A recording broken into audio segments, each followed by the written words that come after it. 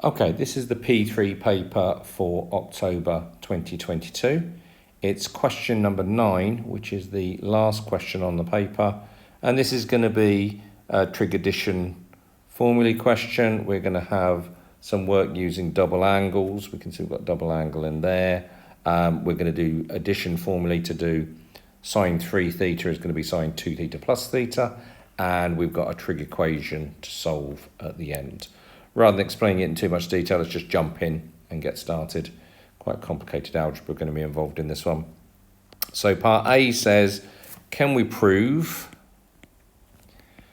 that this left-hand side, what have we got? Cos squared theta, all divided by cos 2 theta minus sine 3 theta is going to be identical to 1 plus sine theta all over, and then the thing that I notice about the denominator here, well, the numerator and the denominator, is that everything is in terms of sine or sine squareds. So when I'm looking at the left-hand side, I'm going to be starting with the left-hand side.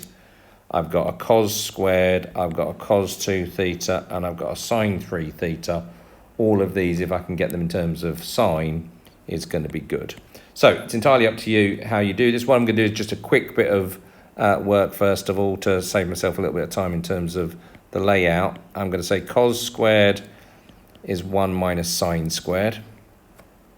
I'm going to say that cos 2 theta. Now I've got a choice. I could have called it cos squared minus sine squared. I could have called it 1 minus 2 sine squared. I could have called it 2 cos squared minus 1. Well, when I've got that choice, when we look at this answer and we see everything's in terms of sine, then hopefully it makes sense that we're going to be using that one there. So if I'm going to be using that one there, I don't need the other ones, I'm just showing you guys. I'm going to say cos 2 theta is that. And this one is worth, as I say, just doing a quick bit of work here. Sine 3 theta there. I can call this, and you've sort of seen this through your course content when you were originally doing your addition formulae. Sine 3 theta is sine 2 theta plus theta, and sine A plus B is sine A cos B plus cos A sine B. Now that's enough to at least make a start here. I know that there's bits and pieces more that I'm going to do here. So my left-hand side, cos squared theta all over cos 2 theta minus sine 3 theta. I'm going to start with the left-hand side and make it look like the right-hand side then. So cos squared, using the top one, is 1 minus sine squared for the numerator. And then this denominator, cos 2 theta then, is 1 minus 2 sine squared theta. Minus sine 3 theta then is going to be minus the sine 2 theta cos theta plus cos 2 theta sine theta. So with this denominator now, if we can get anything else in terms of sines, then that will be great. So at the moment, I'm looking at that part there and that part there. Well, sine 2 theta, I haven't got a choice anyway. That's 2 sine theta cos theta. And the cos 2 theta, again, I'm going to make that 1 minus 2 sine squared. So when we're doing that, just explain that to you guys. So it's 1 minus sine squared theta on the numerator, and the denominator is 1 minus 2 sine squared theta, that bit hasn't changed, minus, and then the brackets, this is 2 sine theta cos theta, plus, and then this is going to be 1 minus sine squared, no, sorry, 1 minus 2 sine squared, be careful, 1 minus 2 sine squared theta sine theta. And I myself am double checking that all the time, just making sure it's really easy to make a mistake with one of the signs or to miss something out as we're going through here. So if we're doing this now, this is 1 minus sine squared theta as the numerator. Certainly no problem with that. There's no problem with this bit, 1 minus 2 sine squared theta. But now I'm going to take the minus out here. I'm going to take the square bracket out here. So I'm going to get minus 2 sine theta cos squared theta. And then I'm going to get minus sine theta 1 minus 2 sine squared theta. So I'm not trying to do anything too quickly here. This is my only issue now, is to make this a 1 minus sine squared. And I should be well on the way to doing this answer here. So we've got 1 minus sine squared theta all over 1 minus 2 sine squared theta.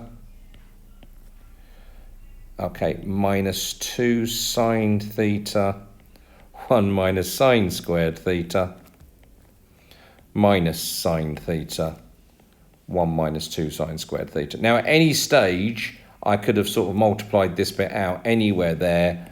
It's up to you if you want to do that a little bit earlier. I'm just trying to leave it to, hopefully for me, make less mistakes as I'm going through doing this by trying to do them all at one stage. I don't necessarily think that's any better than doing it quicker. But now, what I should have is 1 minus 2 sine squared theta.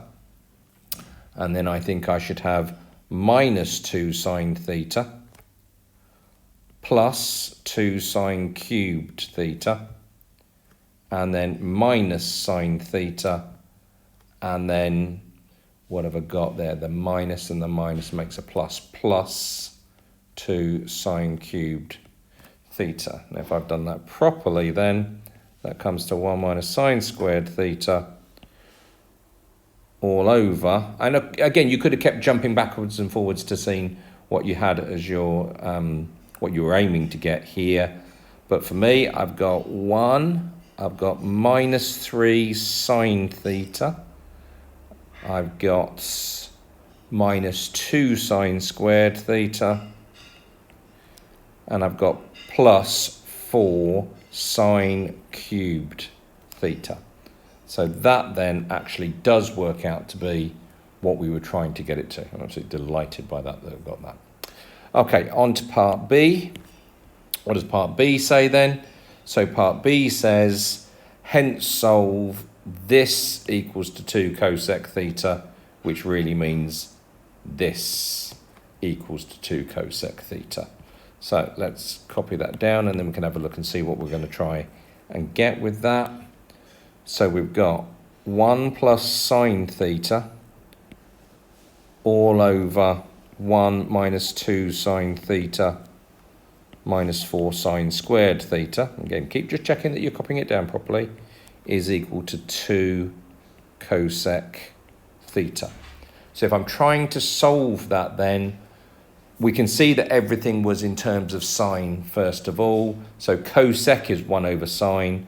So this is going to give me 1 plus sine theta all over 1 minus 2 sine theta minus 4 sine squared theta is equal to 2 over sine theta. And now at this stage, if I just cross multiply there, everything should stay in terms of sine. And in fact, we're going to just get a quadratic in terms of sine. So I'm going to get 1 plus sine theta times sine theta is equal to 2 lots of 1 minus 2 sine theta minus 4 sine squared theta there.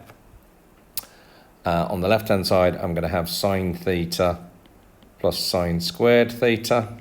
On the right-hand side, I'm going to have 2 minus 4 sine theta minus 8 sine squared theta. Get that all over to a quadratic in terms of sine. I'm going to get 9 sine squared theta plus 5 sine theta minus 2 equals 0. I'm doing that quite quickly at the moment because this video has already been long enough. You can just check that that all goes over. We have to use the quadratic formula for this one. It doesn't factorise.